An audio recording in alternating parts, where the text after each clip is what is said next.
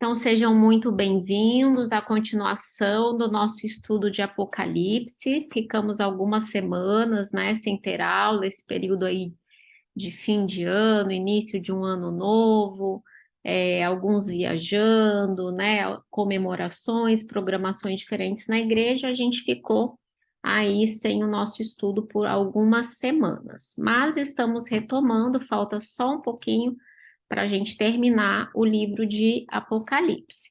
E aí a gente vai começar a nossa aula e vamos fazer uma oração, né, para podermos iniciar o nosso estudo de hoje. Querido Pai de amor que estás nos céus, muito obrigada, Senhor, porque o teu Santo Espírito pode descer sobre cada um de nós para que tenhamos entendimento da tua palavra. A tua palavra também nos diz que se nós pedirmos o teu Santo Espírito, ele nos será concedido. Então, Pai, é isso que nós pedimos. Nós pedimos a iluminação, a sabedoria e o entendimento, que só o Santo Espírito pode nos trazer agora ao abrirmos a tua palavra para entendermos essas poderosas mensagens que tu tens para nós. Esteja com cada um aqui, em nome de Jesus. Amém. Então, vamos lá, vamos estudar, então, a gente chegou agora na parte boa, tá, gente, de Apocalipse, não tem a parte, ah, vamos dizer assim, né, assustadora do Apocalipse, com os inimigos, né, tentando derrotar o povo de Deus, essa parte já acabou, e a gente entra agora em Apocalipse 21, né? Aquele capítulo que a gente já sabe que traz para a gente coisa boa.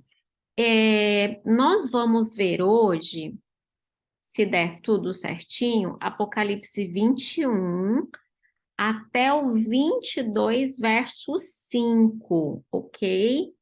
Por quê? Porque este é o trecho de Apocalipse que fala sobre a terra restaurada.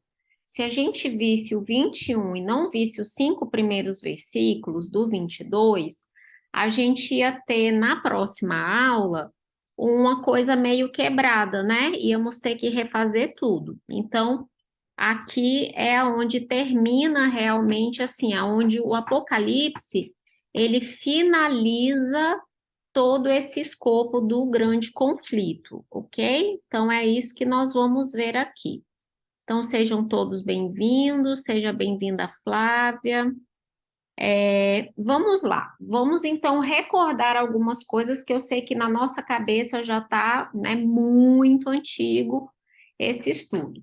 Então, quando a gente estudou Apocalipse 17 e 18, nós vimos a destruição de Babilônia. E o que é Babilônia? Vamos relembrar. Babilônia é um sistema religioso de engano, um sistema que se opõe a Deus, à verdadeira adoração, ao verdadeiro evangelho, ok? Então, é um sistema religioso do tempo do fim e nele se aglomeram todas as denominações religiões que não estejam pregando a verdadeira adoração ao verdadeiro Deus. Claro que esse sistema religioso ele vem fantasiado de verdadeiro, mas ele é falso, ok? Então, em Apocalipse 17, 18, a gente viu a destruição desse sistema.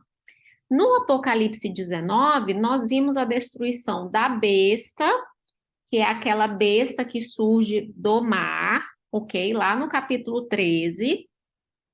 E nós vimos a destruição do falso profeta, que é a besta que surge da terra, né? A gente viu que o nome dela passa a ser conhecido como falso profeta, ok? São os grandes enganadores que levaram adiante essa Babilônia, né? Essa prostituta, esse sistema religioso que engana a muitos no tempo do fim. Então, no capítulo 19, é destruído a besta, o falso profeta, e como Jesus volta, os ímpios ficam mortos à espera do juízo final. No Apocalipse 20, que foi a nossa última aula, o que a gente viu? Satanás estava preso né, naquele período que nós chamamos de milênio. Quando termina o milênio, que foi feito todo o juízo, aí se completa esse juízo com o quê? Com a destruição de Satanás e com o juízo final sobre os ímpios, e a gente vê que todos os ímpios são julgados.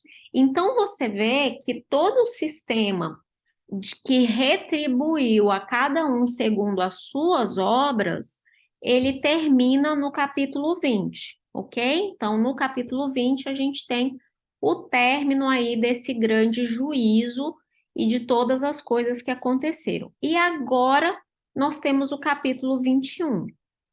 A verdade, gente, é que é assim, de Gênesis 3 até Apocalipse 20, todo esse intervalo da Bíblia são os caminhos de Deus para levar a gente até Apocalipse 21.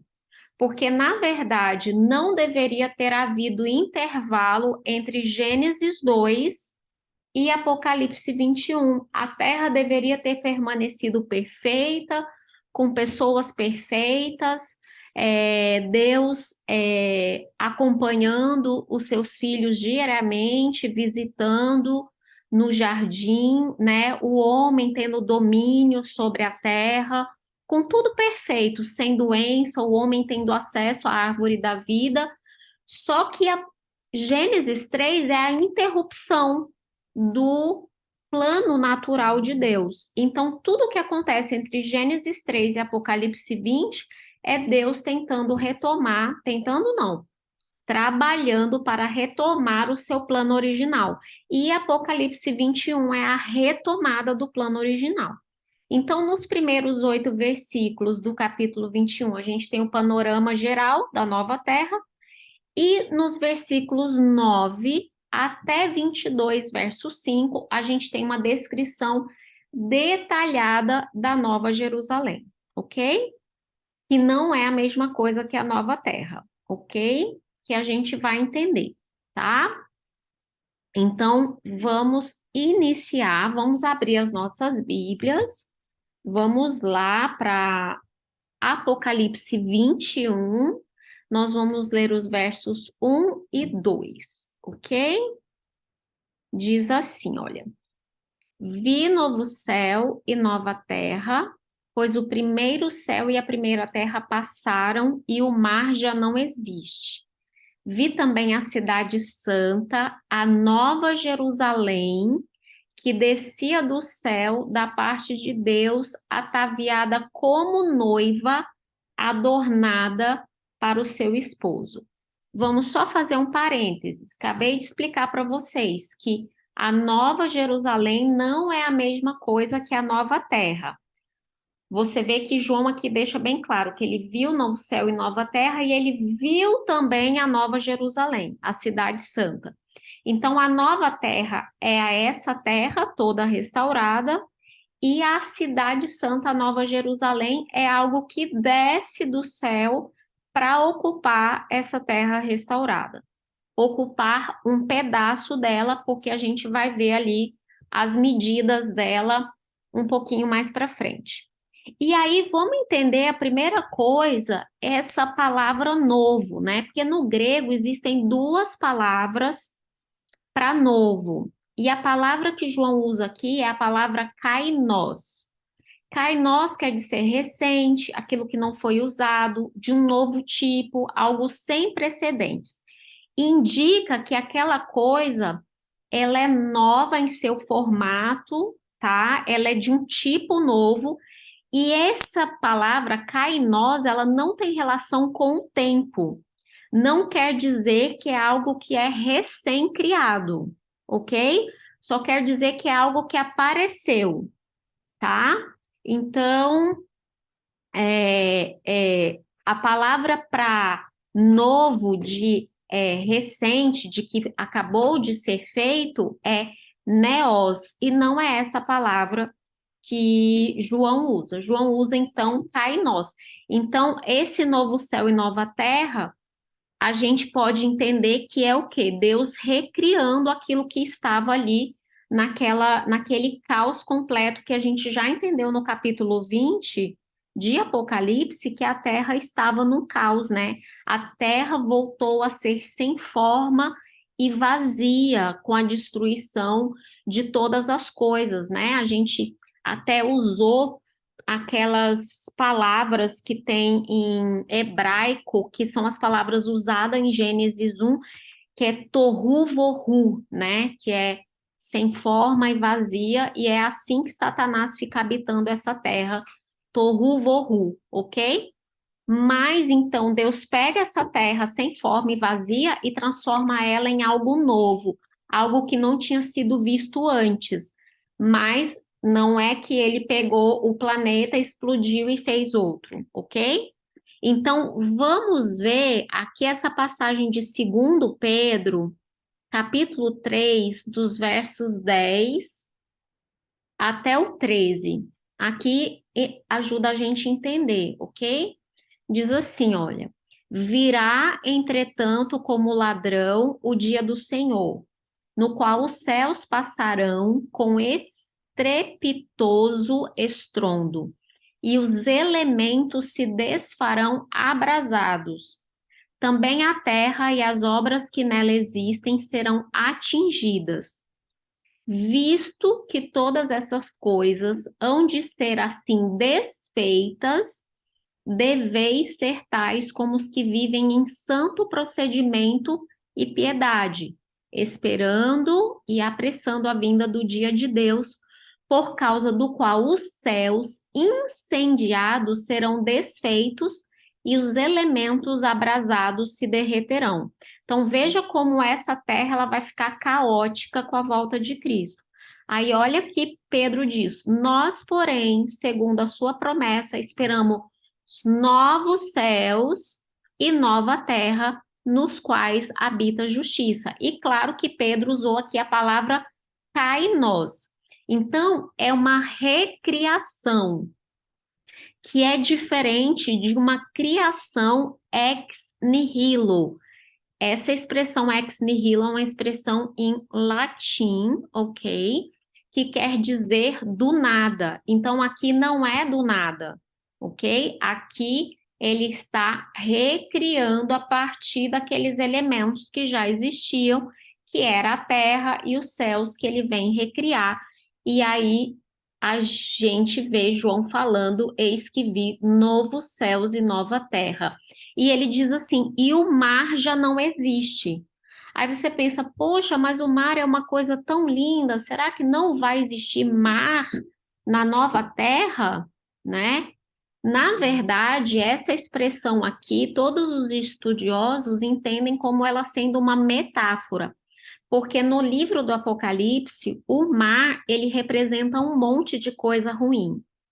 Para início de conversa, João começa esse livro escrevendo que ele está na ilha de Patmos, que era uma ilha pequena, é uma ilha pequena, circundada de mar, longe do continente, e o mar para João representava a separação dele da igreja que ele amava, da igreja que ele queria pastorear, de todos os fiéis, do trabalho que ele queria estar fazendo para Deus, né? Então o mar representava o exílio para João.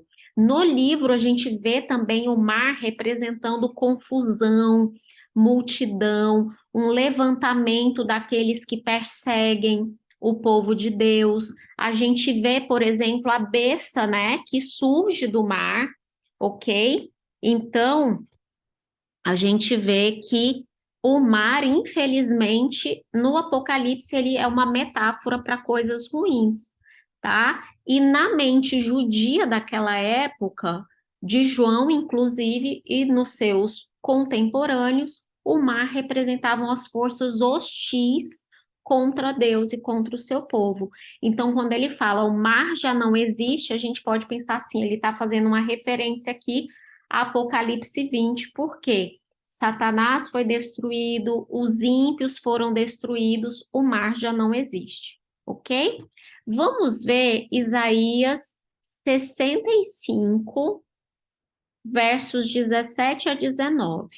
Nós vamos ler muitas passagens do Antigo Testamento, gente, porque Apocalipse 21 parece que assim, é um conglomerado de referências ao Antigo Testamento, porque o Apocalipse 21 é o cumprimento de todas as promessas, de todas as esperanças do povo de Deus ao longo de toda a história. Como eu disse para vocês, a Bíblia nada mais é do que a história de Deus tentando nos levar a este momento aqui, que é o momento da recriação.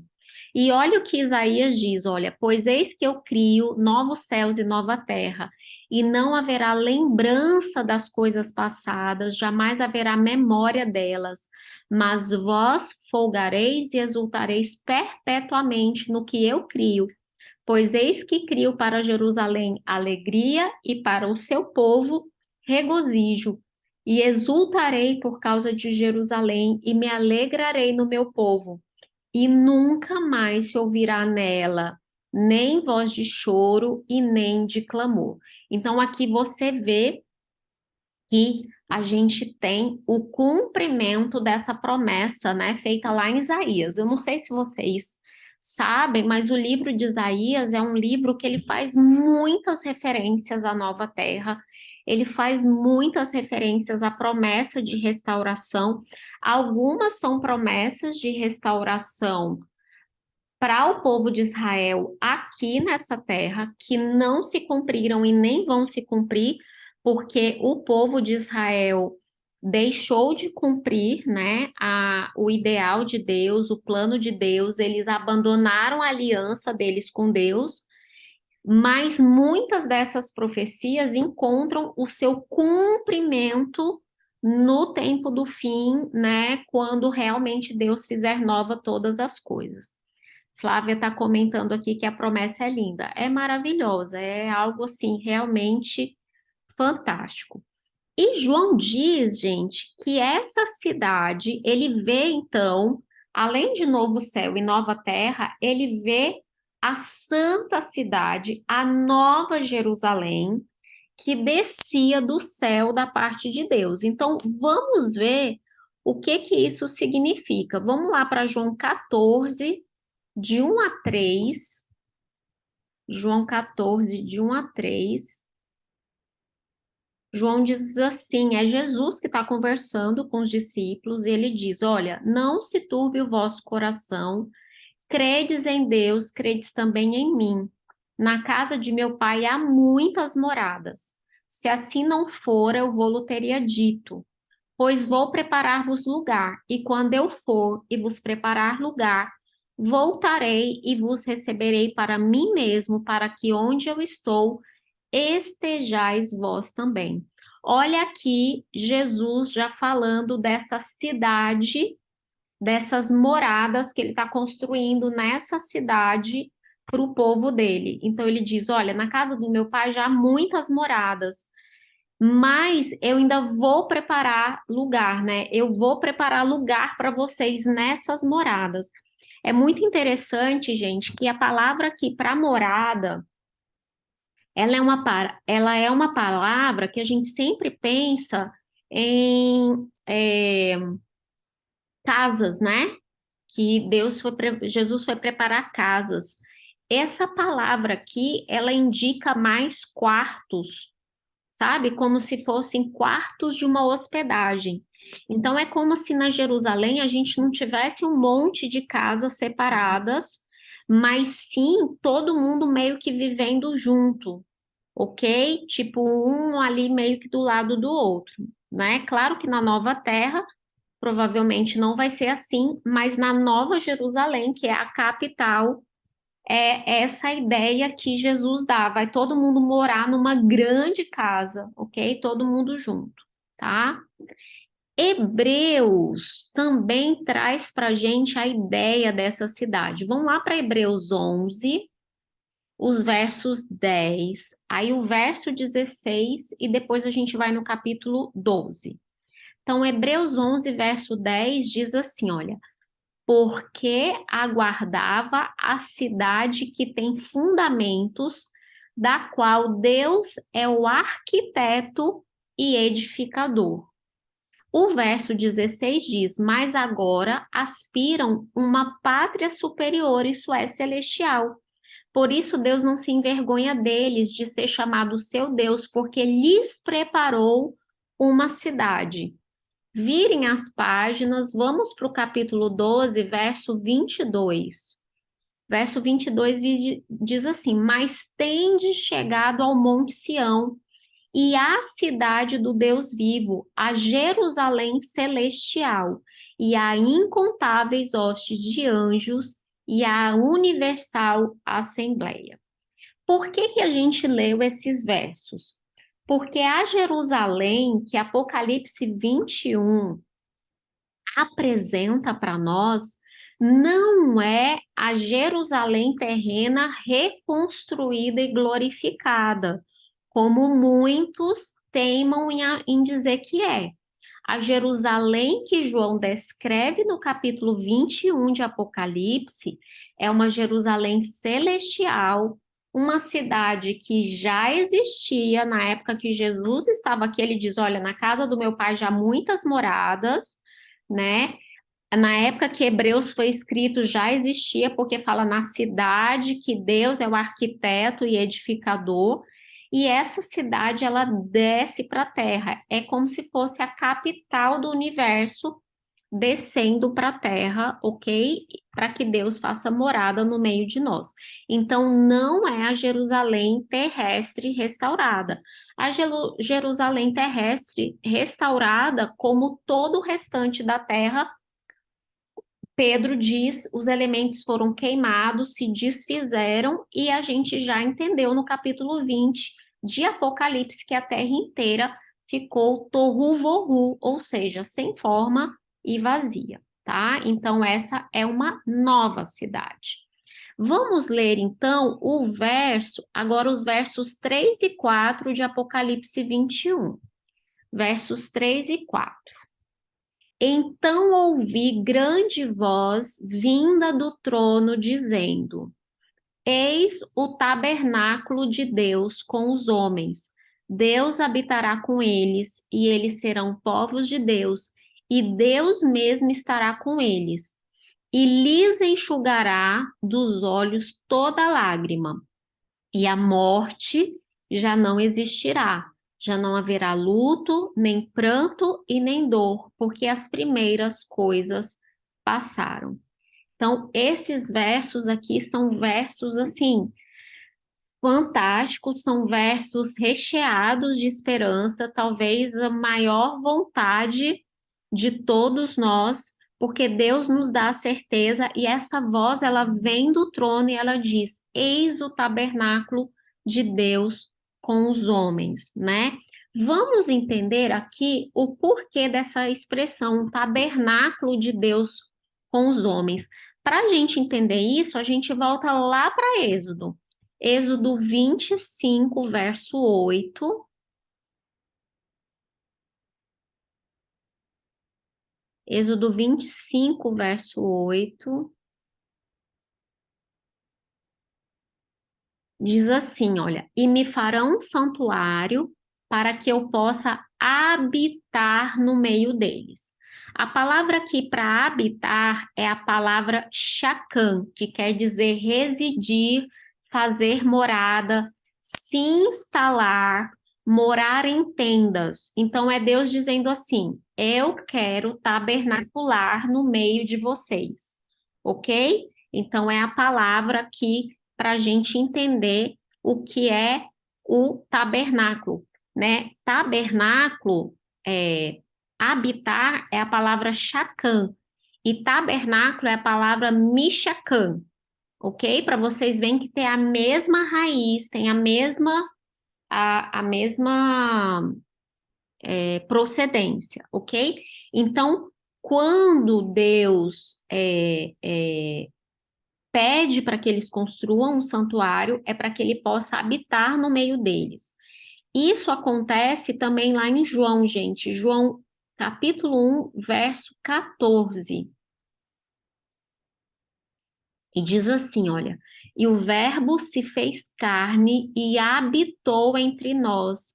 cheio de graça e de verdade, e vimos a sua glória, glória como do unigênito do Pai. E a palavra aqui para habitou, gente, é a palavra esquenou. Vamos lembrar que aqui é grego, não é mais hebraico, não é chacã, tá? Que chacã é hebraico. A palavra aqui esquenou. E sabe o que significa esquenou? Fixar tabernáculo, tabernacular. Então, Deus lá em Êxodo, ele pede para tabernacular com eles. Em João 1,14, Deus se faz carne e tabernacula no meio de nós, ok? E aí, lá em Apocalipse, vem e eis o tabernáculo de Deus com os homens. Então, tabernáculo é justamente essa ideia de Deus morando no meio do seu povo, tá? A gente não pode esquecer isso, porque isso é lindo e é uma ideia que perpassa aí toda a Bíblia, do interesse de Deus de estar conosco. Vamos ler Ezequiel 37, versos 26 a 28. Esses versos são lindos e ele diz assim, olha: farei com eles uma aliança de paz e será uma aliança perpétua. Estabelecê-lo-ei e os multiplicarei e porei o meu santuário, olha aqui o santuário no meio deles, tabernáculo, e o meu tabernáculo estará com eles, e eu serei o seu Deus e eles serão o meu povo. As nações saberão que eu sou o Senhor que santifico a Israel, quando o meu santuário estiver para sempre no meio deles. Quando é que essa promessa se cumpre? Essa promessa só se cumpre em Apocalipse 21, ok? Então, essa promessa de uma aliança de paz, uma aliança perpétua, uma aliança de multiplicação, de estabelecimento, de Deus ser o nosso Deus e nós sermos o seu povo, só se cumpre em Apocalipse 21, e a partir desse momento nós temos a presença permanente de Deus no nosso meio. Os versículos lá de Apocalipse 21 continuam dizendo que aí Deus lhes enxugará dos olhos toda lágrima, não haverá pranto, nem dor, nem tristeza, nem morte, né? Porque as primeiras coisas passaram. Vamos ler Apocalipse 25, verso 8. 25, verso 8, que a gente já vê essa promessa, gente, lá em Isaías. Isaías 25, verso 8 diz assim: tragará a morte para sempre, e assim enxugará o Senhor Deus as lágrimas de todos os rostos, e tirará de toda a terra o opróbrio de seu povo, porque o Senhor falou. O que acontece aqui, gente, em Apocalipse 21, verso 4, é que finalmente tudo que é triste vai ter passado. Muitas vezes a gente entende que a volta de Jesus é o fim completo do nosso sofrimento. Mas Apocalipse mostra que isso não é verdade. E isso é muito fácil entender, porque vocês viram que os justos sobem quando Cristo retorna a essa terra, os ímpios permanecem mortos e os justos estão todos no céu durante 1000 anos. Mas será que os justos não vão sofrer durante esse tempo? Lembra que durante 1000 anos os justos estarão examinando os livros e vendo o porquê que as pessoas, né, que deixaram de ir para o céu, por que que elas não estão lá? Então, você imagina uma mãe, um pai, uma esposa, um esposo descobrindo que a pessoa que eles mais amavam não está no céu com eles. E aí eles vão examinar os livros e eles vão ver o que aconteceu. Vocês acham que não vai haver sofrimento? É claro que não vai haver um desespero, vai ser um sofrimento de entendimento de que aquela pessoa realmente ela não deveria estar ali, porque ela jamais aceitaria o governo de Deus sobre ela. Nós vimos isso, né? quando nós estudamos Apocalipse 20, mas você percebe que aqui não tem como a gente se separar desse sofrimento. A outra coisa é que a gente tem que entender que no fim do capítulo 20 de Apocalipse, nós vimos os ímpios recebendo a sua justa destruição.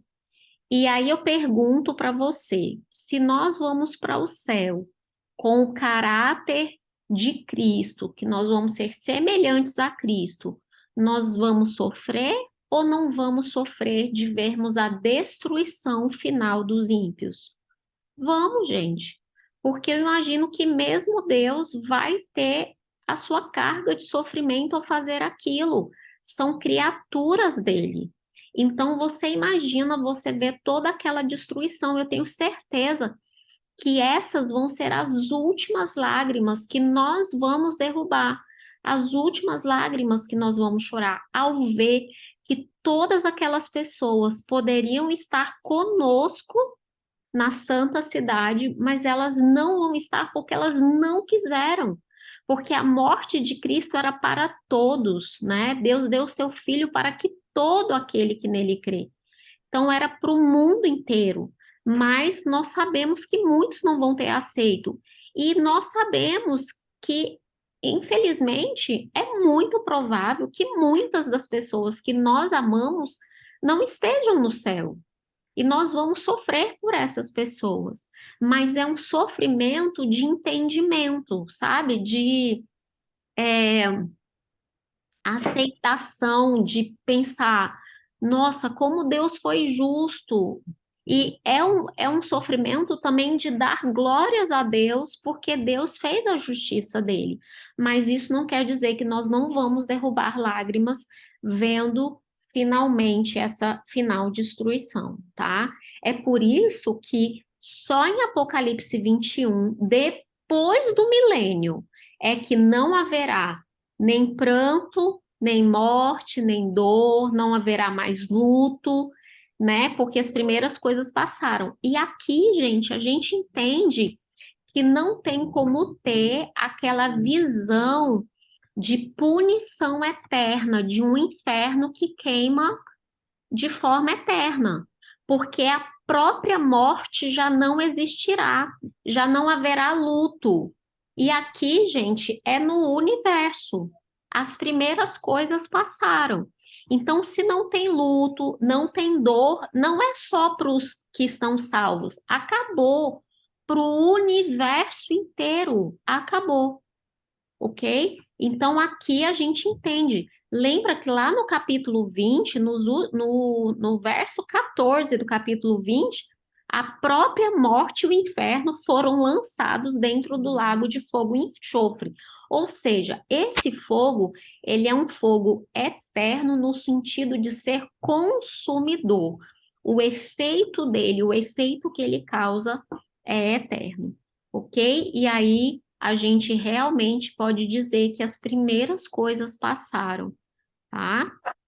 E aquele que está sentado no trono continua dizendo assim no verso 5: Eis que faço novas todas as coisas. Todas as coisas. Gente, e aqui é impressionante porque nessa frasezinha, eis que faço novas todas as coisas, aqui acontece um remake, né? Vamos dizer assim, de Gênesis 1 e 2. Aqui é nós presenciando a recriação da terra. Somos nós presenciando a erva brotando, animais e etc. E é Deus fazendo novas todas as coisas, e ele acrescenta: escreve porque essas palavras são fiéis e verdadeiras. E ele diz ainda: tudo está feito, eu sou o Alfa e o Ômega, o princípio e o fim. Eu, a quem tem sede, darei de graça da fonte da água da vida, e o vencedor herdará todas estas coisas, e eu lhe serei Deus, e ele me será filho. é muito incrível, gente, porque assim, ninguém, a não ser Pai, Filho e Espírito Santo, presenciaram a criação, mas nós vamos presenciar a recriação, né? Então, isso vai ser assim algo magnífico. Aqui é a primeira vez que se ouve a voz de Deus, né? Ele falando da conclusão da restauração da terra. Eis que faço novas todas as coisas, né? E aqui realmente todas as coisas passam a existir. As palavras são fiéis e verdadeiras, por quê? Porque Deus é o fiador dessas palavras. Quem está dizendo é Ele é o Alfa e o Ômega, Ele é o princípio e o fim. E Ele fala que Ele vai dar de graça da fonte da água da vida. Aqui, gente, no capítulo 21, em alguns pontos, a gente vê João fazendo um contraste entre a Nova Jerusalém com a Babilônia, que era a grande cidade. A gente vê ele fazendo contraste do destino dos salvos para o destino dos ímpios. Então, aqui a gente vê os salvos bebendo da água da vida, por quê? Porque eles não beberam do vinho da prostituição de Babilônia. Então, desculpa, solucei. Eles podem beber da água da vida. Lá em Mateus 5:6 tem uma promessa, né? É Jesus dizendo assim: olha, bem-aventurados que têm fome e sede de justiça, porque eles serão fartos. Então, aqui você vê em Apocalipse 21 esse cumprimento. E eu queria chamar a atenção para vocês para o verso 7 de Apocalipse 21, porque ele diz assim: o vencedor herdará todas essas coisas. Aí você fala assim: que coisas? Ah, deve ser novo céu e nova terra. Sim, é o novo céu e nova terra, mas, gente, aqui engloba todas aquelas promessas que nós vimos ser feitas para o vencedor quando João escreveu a carta para as igrejas. Então, eu quero relembrar com vocês as cartas para as igrejas, tá? Então, eu fiz aqui uma tabelinha onde estão os versos, porque no verso 7 de Apocalipse 21 diz assim: o vencedor herdará. E em cada um desses versos que vocês estão vendo aqui, vocês veem que é a mesma coisa, é o vencedor, o vencedor, o vencedor. Então, o que que o vencedor herdará? O acesso à árvore da vida. O que que o vencedor herdará? Ele não sofrerá o dano da segunda morte. Ele receberá o maná escondido, uma pedrinha branca com nome novo. Ele receberá autoridade sobre as nações e ele vai receber a estrela da manhã. O vencedor vai caminhar com Jesus, ele vai ter vestiduras brancas, ele vai ter o nome dele no livro da vida. Ele vai ser um pilar no templo de Deus, ele vai ter o nome de Deus escrito sobre ele e ele vai se sentar com Jesus no seu trono. Todas as promessas feitas nos capítulos 2 e 3 de Apocalipse são retomadas com essa frase de João: o vencedor herdará todas essas coisas, ok? E aí João completa e ele faz a maior promessa de todas, que é dizendo o que o vencedor vai ter. É Deus dizendo: e eu lhe serei Deus e ele me será filho. E aí você vê o complemento de todas essas coisas. Então, quando Apocalipse 21 diz que o vencedor vai herdar todas essas coisas, a gente tem que lembrar de todas as promessas ditas anteriormente, ok? É muito bom a gente rememorar isso, porque a gente tem que entender, porque faz muitos meses que a gente estudou o capítulo 2 e 3, mas a gente está estudando um livro que é uma unidade, né? Então a gente tem que rememorar isso.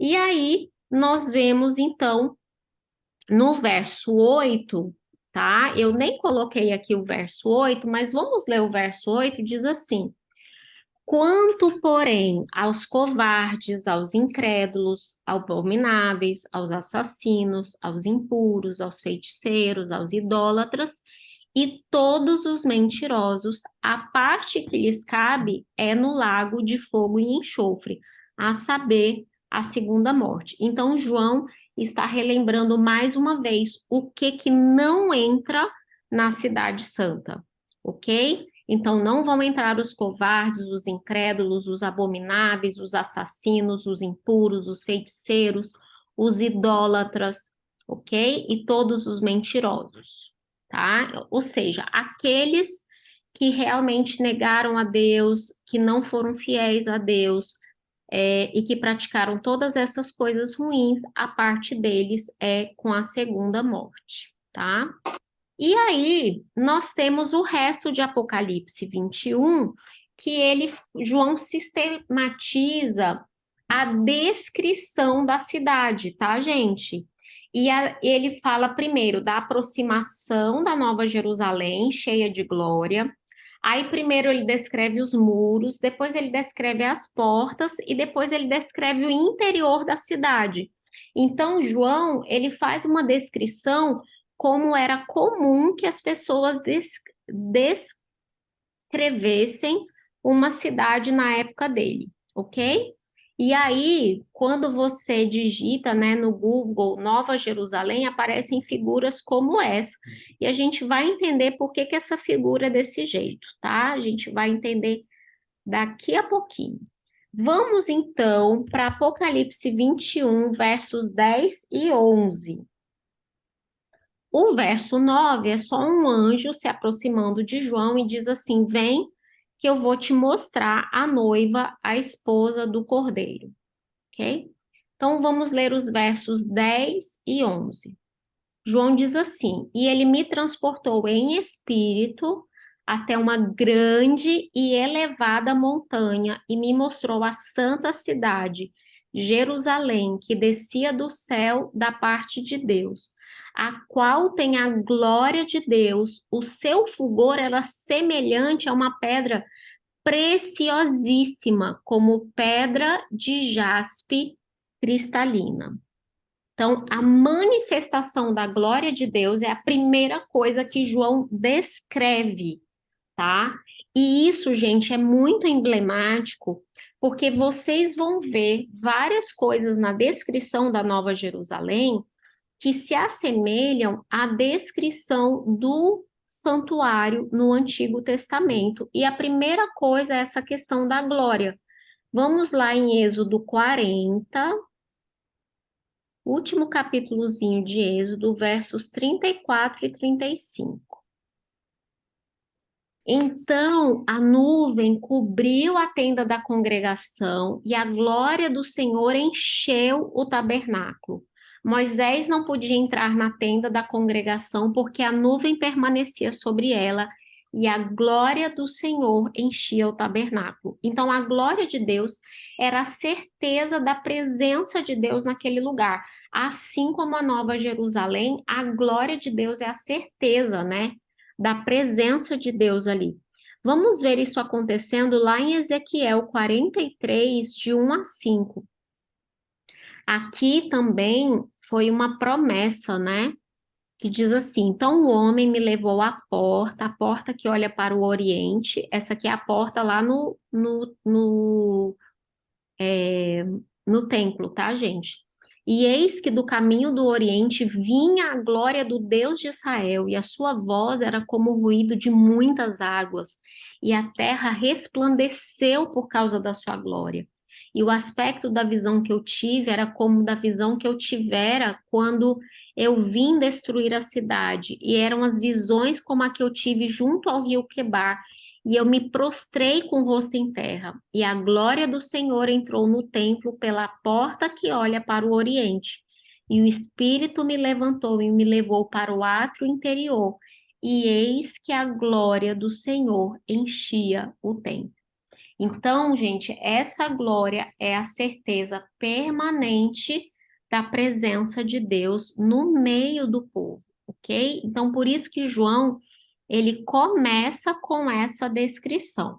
E aí, nos versos 12 a 14, João continua fazendo a sua descrição. Então, Apocalipse 21, 12 a 14.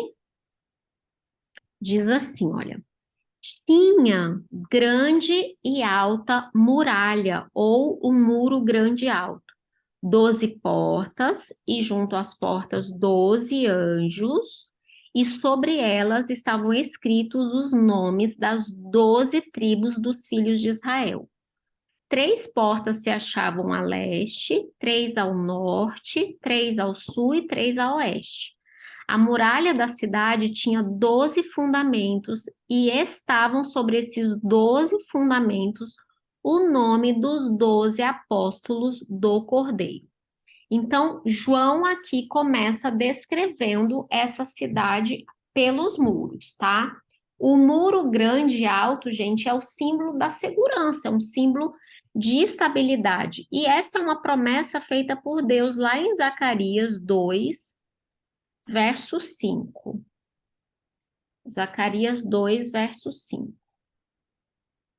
Deus diz assim: pois eu lhe serei, diz o Senhor, um muro de fogo em redor, e eu mesmo serei no meio dela a sua glória. Olha aqui o cumprimento dessa profecia de Zacarias nesses versos. Com certeza, João estava se lembrando dessa promessa quando ele descreve a glória de Deus, quando ele descreve esse muro alto.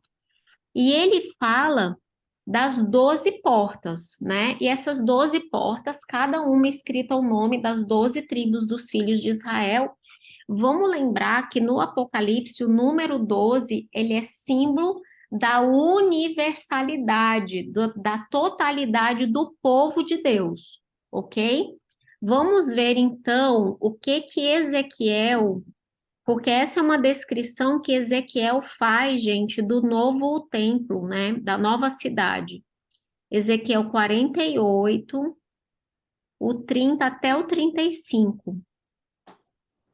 Ezequiel 48, Ezequiel diz assim: são estas as saídas da cidade.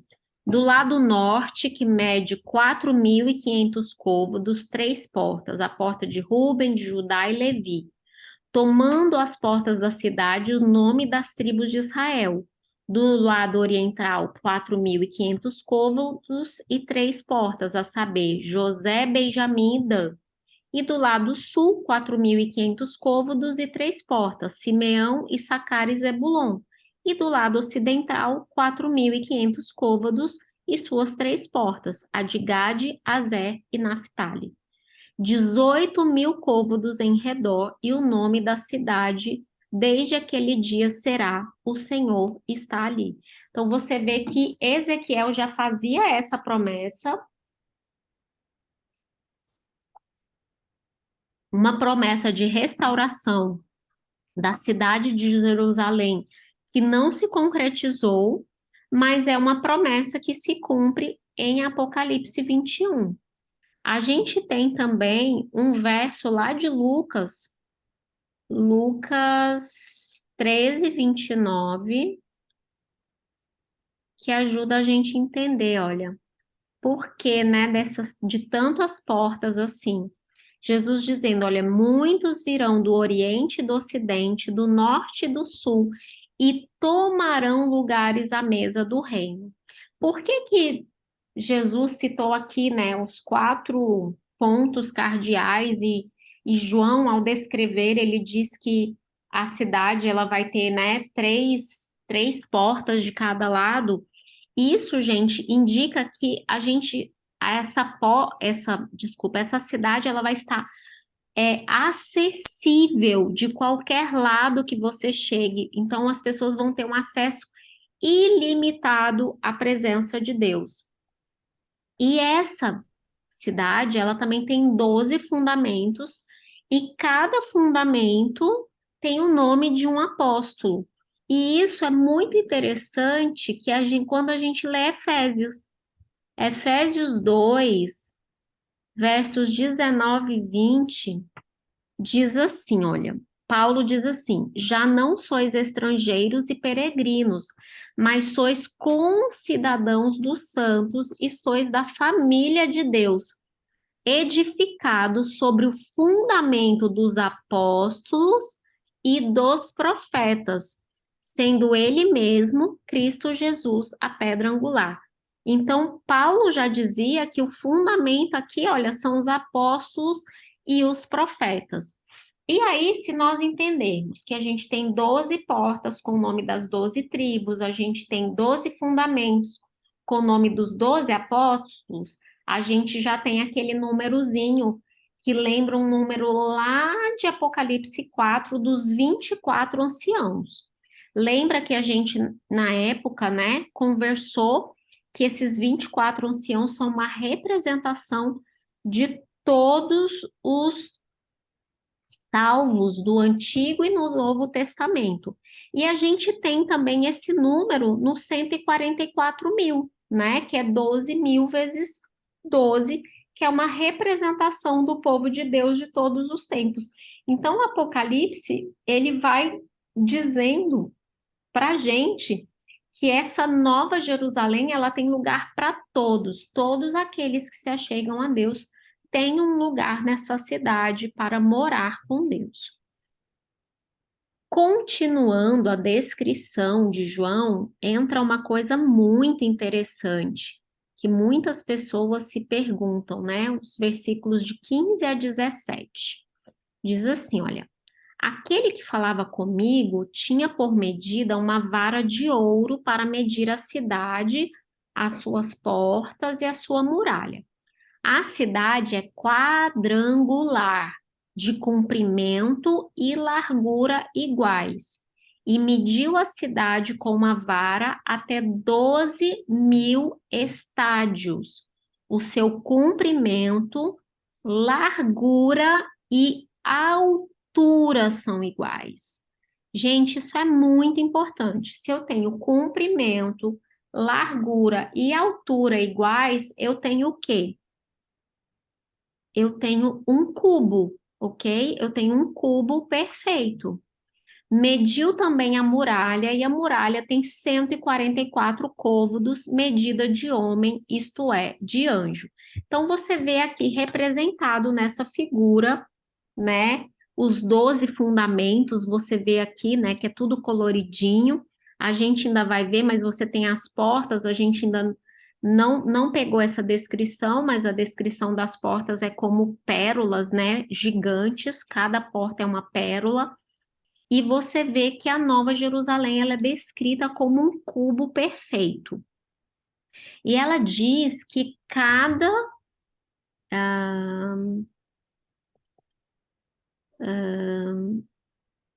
o seu comprimento, largura e altura são iguais e é de 12 mil estádios. Ou seja, isso quer dizer, gente, que cada aresta dessa aqui tem 12 mil estádios, ok? 12 mil estádios. Então, eu tenho 12 arestas, porque um cubo, ele tem 12 arestas, ok? Ele tem 8 cantos, mas ele tem 12 arestas. Então, nós temos 144 mil estádios. E claro que não é por acaso que a gente tem aquela descrição dos 144 mil. É Deus, mais uma vez, dizendo que nesse lugar cabe a totalidade, a universalidade do seu povo. E é um cubo perfeito. Esse cubo perfeito, gente, isso lembra a descrição do lugar santíssimo do templo. Quando João começa a descrição da Nova Jerusalém, que ele começa descrevendo ela como quadrada, isso com certeza lembrou aos leitores da época que o historiador Heródoto, ele descreveu Babilônia como quadrada. A Babilônia, nos dias de Nabucodonosor, ela era quadrada, mas ela não era um cubo. A Nova Jerusalém é um cubo, porque ela tem largura, comprimento e altura iguais.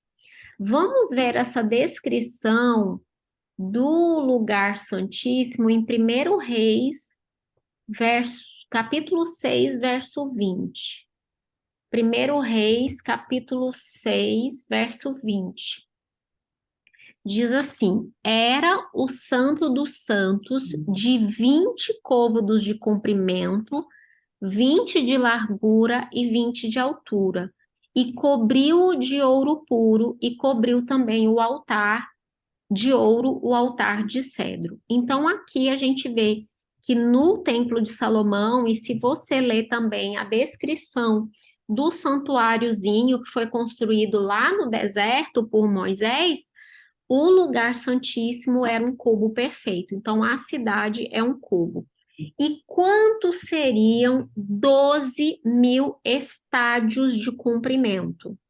Um estádio, se você pesquisa na Bíblia, a medida estádio, ela seria uma medida de 185 metros.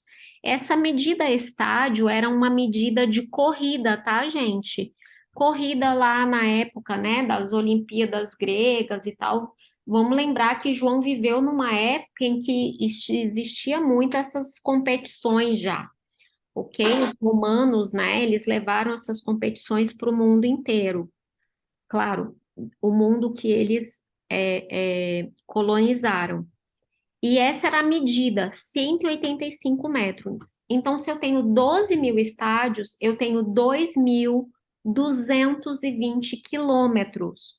Quando eu penso isso em comprimento, tudo bem, é como se fosse Brasília-Recife, ok? Então, pensa no mapa do Brasil, pensa onde está Brasília, lá no meio do país, e traça uma reta, mais ou menos, até Recife, essa é mais ou menos a distância, ok? É a distância de Brasília a Recife. Agora, você tem que lembrar que João está dizendo que a altura é a mesma, gente. Então, é um cubo com 2.220 quilômetros. E a gente, então, imagina a Nova Jerusalém, ela saindo do que a gente conhece como a nossa atmosfera, né? Ela extrapolando e indo para a estratosfera. Como isso vai acontecer, não faço ideia. Então, a Nova Jerusalém é algo muito grande, é como se esse cubo fosse do tamanho do continente americano, entendeu? Então, é um negócio muito grande mesmo. Então, ele abrange muito mais do que todo o território ali, né, do Oriente Médio, é algo muito maior, porque o Oriente Médio, na verdade, é uma região pequena, né? Aqui no Brasil nós temos, o Brasil é muito maior, mas é só para vocês terem uma dimensão, é algo, né, muito grande, ok? 2.220 quilômetros. Agora, 12.000 estádios. Então, vamos lembrar que esses números para João são todos significativos. A pergunta é: será que eles são literais? Ou eles, como estão em Apocalipse, isso é uma descrição que ela só quer me trazer uma lição, né? Ela quer me trazer aqui para eu entender que nessa cidade cabe todo mundo, é a universalidade dessa cidade. Então, é isso que a gente, na verdade, só vai saber quando nós virmos, né, a Nova Jerusalém. Vamos continuar a descrição, porque a Nova Jerusalém é descrita nos versos de 18 a 21, é descrito os materiais, né? A estrutura da muralha é de jaspe. Também a cidade é de ouro puro, semelhante a um vidro límpido. Gente, pensa aqui que João, ele tá vendo um negócio que ele nunca viu na vida, e ele está tentando traduzir em linguagem humana uma coisa que não é humano, ok? Então, é de ouro puro, semelhante a um vidro límpido. Então, gente, é um ouro transparente. Eu não consigo imaginar, né? A gente não consegue imaginar isso. Olha o verso 19. Os fundamentos da muralha da cidade estão adornados de toda espécie de pedras preciosas. O primeiro é de jaspe, o segundo é safira, o terceiro é calcedônia, o quarto esmeralda, o quinto de sardônio, o sexto de sárdio, o sétimo de crisólito, o oitavo de berilo, o nono de topázio, o décimo de crisópraso, o undécimo de jacinto e o duodécimo de ametista. As 12 portas são 12 pérolas e cada uma dessas portas é uma só pérola. E a praça da cidade é de ouro puro, como vidro transparente. Então, eu coloquei aqui para vocês como são essas pedras, tá, gente? Essas pedras que João fala, porque eu tenho muita coisa aqui que eu nunca vi, né? Então, ônix, esmeralda, o sárdio, o topázio, o carbúnculo, o berilo, nunca vi, né? Então, são pedras. Por que que essas pedras estão aqui assim marcadinhas? Porque elas eram as pedras que representavam as tribos de Israel no peitoral do sumo sacerdote. Então, João sabia disso, o povo sabia disso, e nós também temos oportunidade de saber. Então, João está descrevendo aquelas pedras que eram a representação das tribos de Israel no peitoral do sacerdote, né? Vamos ler Isaías 54, que a gente vai ver Isaías descrevendo uma promessa de como ia ser a cidade. Isaías 54, 11 a 13. Diz assim: Ó tu aflita, arrojada, com a tormenta e desconsolada, eis que eu assentarei as tuas pedras com argamassa colorida e te fundarei sobre safiras. Farei os teus baluartes de rubis, as tuas portas de carbúnculos e a tua muralha de pedras preciosas. Todos os teus filhos serão ensinados do Senhor e será grande a paz dos teus filhos. A Nova Jerusalém, gente, ela cumpre todos os sonhos com respeito a Jerusalém restaurada que os judeus na época de João tinham, né? Então, essa Nova Jerusalém, ela vem com todo esse cumprimento. Vamos ler Apocalipse 21, do 21 ao 27, que é o final, e depois a gente vai ver essa promessa lá em Isaías. Então, do 21, do 22 até o 27. Diz assim, olha: Nela não vi santuário, porque o santuário é o Senhor, o Deus Todo-Poderoso e o Cordeiro. A cidade não precisa nem de sol nem de lua para lhe darem claridade, pois a glória de Deus a iluminou e o Cordeiro é a sua lâmpada. As nações andarão mediante a sua glória e os reis da terra lhe trazem a sua glória. E as suas portas nunca jamais se fecharão de dia, porque nela não haverá noite, e lhe trarão a glória e a honra das nações. Nela nunca jamais penetrará coisa alguma contaminada, nem aquele que pratica abominação e mentira, mas somente aqueles que estão inscritos no livro da vida do Cordeiro. Então, aqui a gente vê João falando alguma coisa, né? João dizendo que ele não viu o santuário. É muito interessante porque os estudiosos eles dizem que a Nova Jerusalém ela não é o santuário celestial, mas João, ele aqui no capítulo 21, ele descreve a Nova Jerusalém com uma descrição de linguagem de santuário. É a glória de Deus que está dentro dele. Ela é um cubo, como era o lugar santíssimo, né? É aqui dizendo que não viu o santuário, pois o santuário é o Senhor. Então, aqui realmente a gente vê que finalmente Deus está no meio do seu povo e ele tabernacula no meio do seu povo, como a gente vê acontecendo lá em João 1,14. Vamos ver essa promessa em Isaías 60, versos 19 e 20. Diz assim, olha: Nunca mais te servirá o sol para a luz do dia, nem com seu resplendor a lua te alumiará, mas o Senhor será a tua luz perpétua e o teu Deus a tua glória. Nunca mais se porá o teu sol, nem a tua lua minguará, porque o Senhor será a tua luz perpétua e os teus dias de luto findarão. Então, a gente vê a Nova Jerusalém cumprindo aqui todas as promessas feitas, tá? Vamos ver este quadro aqui, gente, que esse quadro aqui é um resumo, né, do que a gente vê da descrição da Nova Jerusalém, tá? No capítulo 21 e nesse iniciozinho do verso 22. Então, aqui a gente tem um cubo perfeito, a gente tem as 12 portas, claro que aqui a gente só vê dois lados, né?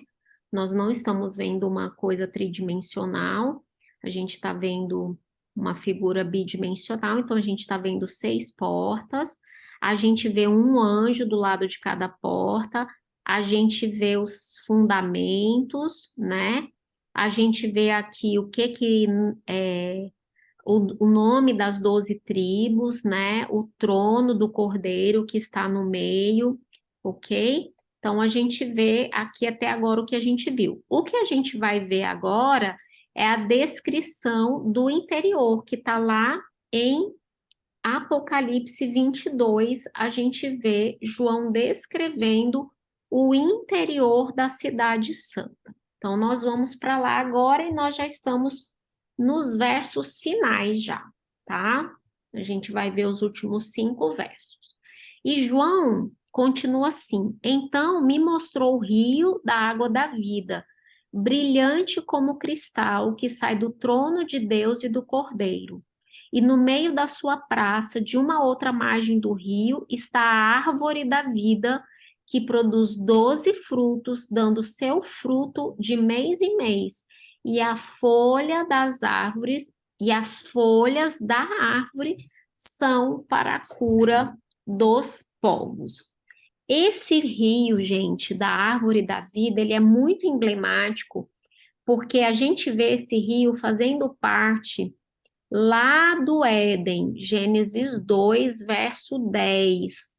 Diz assim, olha, e saía um rio do Éden para regar o jardim e dali se dividia, se repartindo em 4 braços. Em Ezequiel 47, quando Deus está prometendo a restauração de Jerusalém e do templo, a gente vê Deus prometendo que do templo sairiam águas. Olha só, Ezequiel 47, de 1 a 5, diz assim: olha, o homem me fez voltar à entrada do templo, e eis que saíam águas de debaixo do limiar do templo para o oriente e para a face da casa que dava para o oriente. E as águas vinham de baixo, do lado direito da casa, do lado sul do altar. E ele me levou pela porta do norte e me fez dar uma volta por fora até a porta exterior, que olha para o oriente, e eis que corriam águas ao lado direito. E saiu aquele homem para o oriente, tendo na mão um cordel de medir, e ele mediu 1000 côvados, e me fez passar pelas águas, que me davam pelos tornozelos. E mediu mais 1000 côvados, e me fez passar por águas que me davam nos joelhos. E mediu mais 1000 côvados e águas que me davam pelos lombos. E ele mediu outros 1000, e já não era um rio que eu não podia atravessar, porque as águas tinham crescido, águas que se deviam passar a nado, rio pelo qual não se podia passar. Então, aqui, essa promessa de Deus lá de Ezequiel se cumprindo na Nova Jerusalém. Em Joel 3,18, a gente vê também, olha, uma promessa linda. Joel 3,18 diz assim: E há de ser que naquele dia os montes destilarão mosto, e os outeiros manarão leite, e todos os rios de Judá estarão cheios de água, e sairá uma fonte da casa do Senhor, e regará o vale de Sitim. Em Zacarias 14:8, a gente vê também a promessa que diz: olha, mas será um dia singular. Naquele dia também sucederá que correrão de Jerusalém águas vivas, metade delas para o mar oriental e a outra metade para o mar ocidental. No verão e no inverno isto sucederá. Então, a gente vê que essas águas, elas brotam do trono do Cordeiro. E aqui, gente, é a primeira vez que Apocalipse menciona o trono de Deus e do Cordeiro, porque antes era só o trono, trono, trono, e aqui não, agora é o trono do Cordeiro.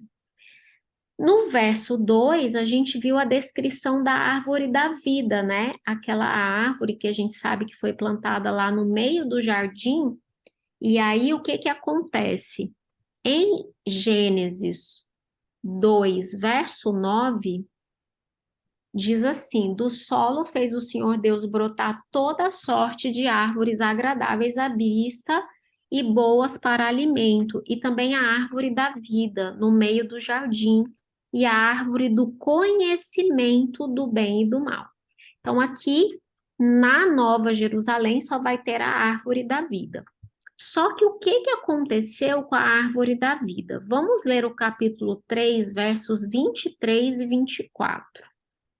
Versos 23 e 24 diz assim: o Senhor Deus, por isso, lançou fora do jardim do Éden o homem a fim de lavrar a terra da qual fora tomada. E expulso o homem, colocou querubins ao oriente do jardim do Éden e o refulgir de uma espada que se revolvia para guardar o caminho da árvore da vida. Adão perdeu o direito de se alimentar da árvore da vida, e esse direito vai nos ser restaurado na nova terra. Lá também fala que essa árvore, ela produz 12 frutos, cada fruto no seu mês. A gente não sabe como vai ser isso, que tipo de frutos vão ser esses, né? Mas diz que as folhas dessa árvore serão para a cura das nações.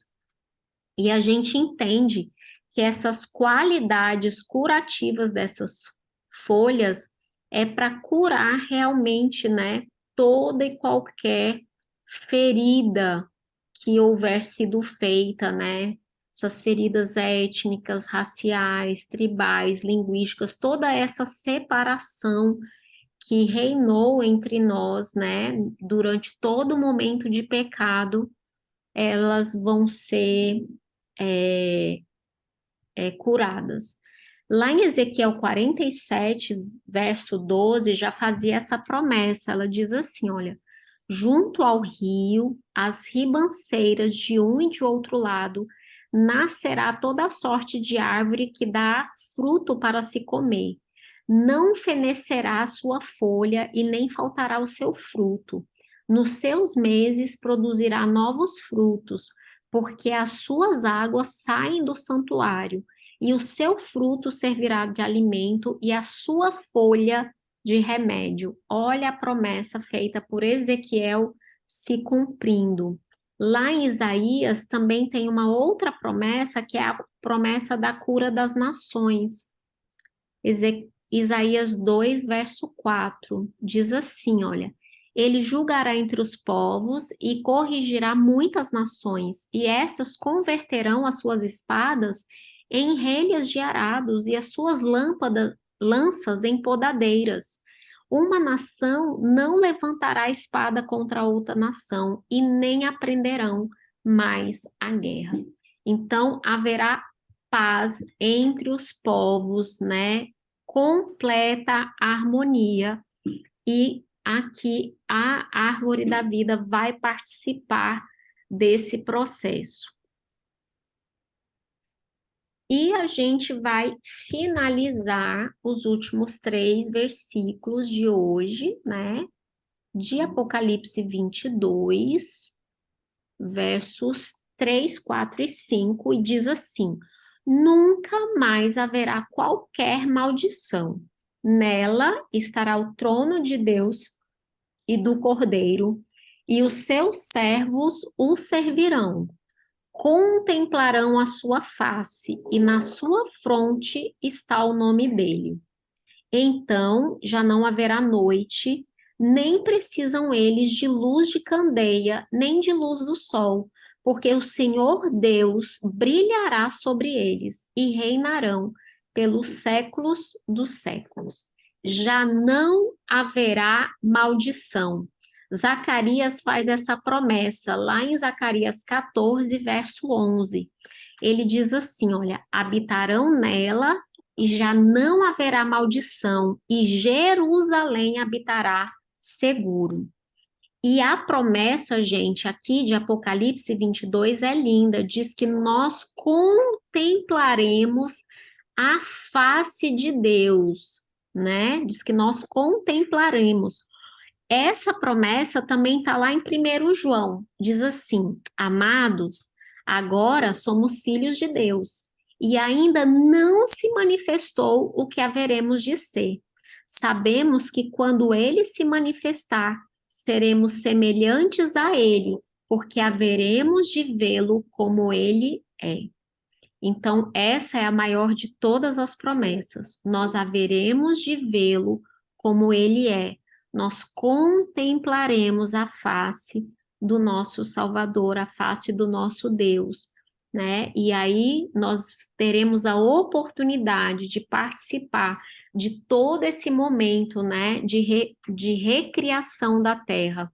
Claro que nós vamos participar como espectadores, né? A presença permanente da glória de Deus na nova terra, ela brilha mais que os corpos celestes. Por isso que fala que não tem, né, a necessidade do sol, da lua. Se Deus faz novos céus e nova terra, nós vamos sim ter astros. Eu imagino quantas estrelas a gente vai conseguir ver a olho nu, né? Eu imagino como vai ser um negócio fantástico. Não, não consigo nem imaginar, a verdade é essa. Mas nós não precisaremos dessa luz, porque a presença de Deus vai estar continuamente conosco. Essas promessas são incríveis, gente, incríveis. A gente não consegue realmente, né, imaginar como vai ser. E eu estava lendo um livro, né, sobre essas descrições de João, e lá o autor pergunta assim: será que essas descrições elas são literais ou elas são simbólicas? É João usando uma linguagem humana para descrever algo que é indescritível? Talvez, né? Porque Paulo diz que nem olho viu, nem ouvido ouviu aquilo que nós vamos ver. E então eu imagino João estando diante daquela coisa grandiosa e não sabendo como descrever aquilo, e ele descreveu da maneira como ele podia fazer com que as pessoas entendessem. Ele tentou realmente descrever numa linguagem que fosse compreensível. Se for desse jeito, vai ser maravilhoso já, né? Essa beleza incomensurável, né, que a gente não consegue imaginar. Mas eu tenho certeza, né, como a Flávia colocou aqui, né, no chat, eu tenho certeza que vai ser muito além disso. Eu tenho certeza que, assim, vai ser algo inacreditável, realmente inacreditável mesmo, né? A gente não tem como explicar o que nós vamos presenciar. E tudo isso vai ser o lugar onde nós vamos morar, né? Por toda a eternidade. Porque a verdade é que o capítulo 21 de Apocalipse, gente, é o início da eternidade. Os 1000 anos passaram, o juízo se completou, e aí a eternidade começa no capítulo 21 de Apocalipse. Na próxima aula, nós vamos ver Apocalipse 22, do verso 6 até o 21, que na verdade é o epílogo do livro, tá, gente? É o epílogo do livro. E aí nós vamos estudar, dá licença, nós vamos estudar o epílogo do livro e vai ser a nossa última aula de Apocalipse. Apocalipse está chegando ao fim. Então, vamos orar para nós terminarmos a nossa aula. Querido Pai de amor que estás nos céus, muito obrigada, Senhor, É tão incrível ler essa descrição de João da Nova Jerusalém e saber, Pai, que certamente ele não conseguiu traduzir em palavras aquilo que ele viu. Ele colocou algo que nós pudéssemos compreender, mas com certeza o que tu tens para nós está muito além do que qualquer ser humano poderia conseguir explicar, Pai. Nós agradecemos porque sabemos que quando estivermos na Nova Jerusalém, na Santa Cidade, nós não estaremos lá pelos nossos méritos, nós estaremos lá porque fomos salvos pela morte de Cristo Jesus. Nós sabemos que nós estaremos lá por causa do sangue do Cordeiro. É isso que Apocalipse nos mostra, Senhor. Ajuda-nos todos os dias a confiarmos, Senhor, e a entregarmos a nossa vida a Ti e a permitirmos que o Santo Espírito faça em nós morada e nos transforme a cada dia. Obrigada por tudo que Tu tem feito por nós, em nome de Jesus. Amém.